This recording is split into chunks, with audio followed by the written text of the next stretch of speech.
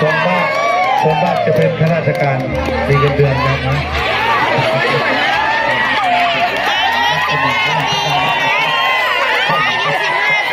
โอ้ยเอาตอนนี้หรอ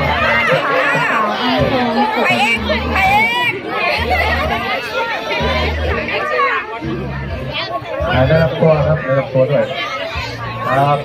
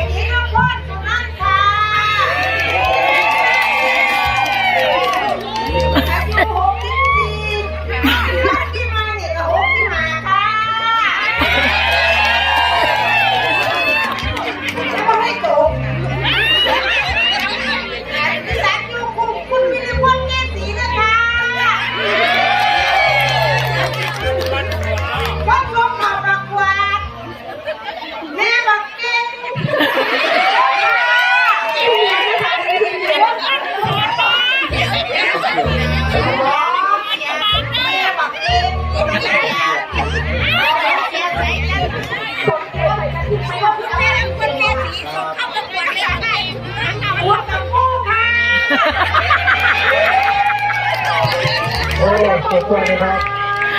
สามารถที่จะพูดกับตัวพวกเราไปประจำ